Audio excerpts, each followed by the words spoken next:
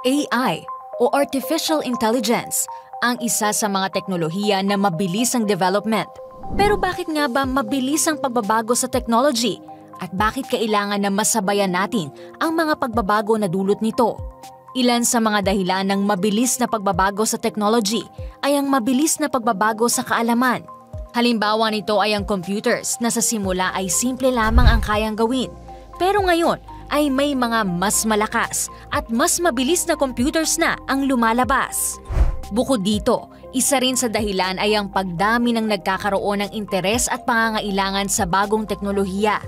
Ang paglabas ng bagong modelo ng mobile phones ay patunay na ang mga gumagawa ng disenyo ng smartphones ay nagdadagdag ng features dahil naobserbahan nila na kailangan ito ng mga gumagamit o end user.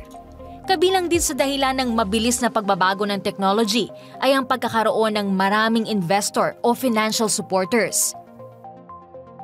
Pero bakit nga ba dapat sabayan ang mabilis na pagbabago ng technology?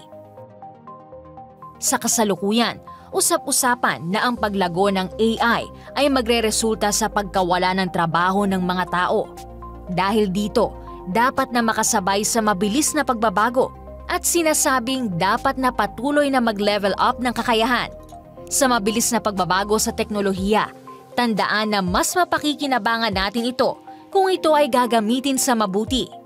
Now you know!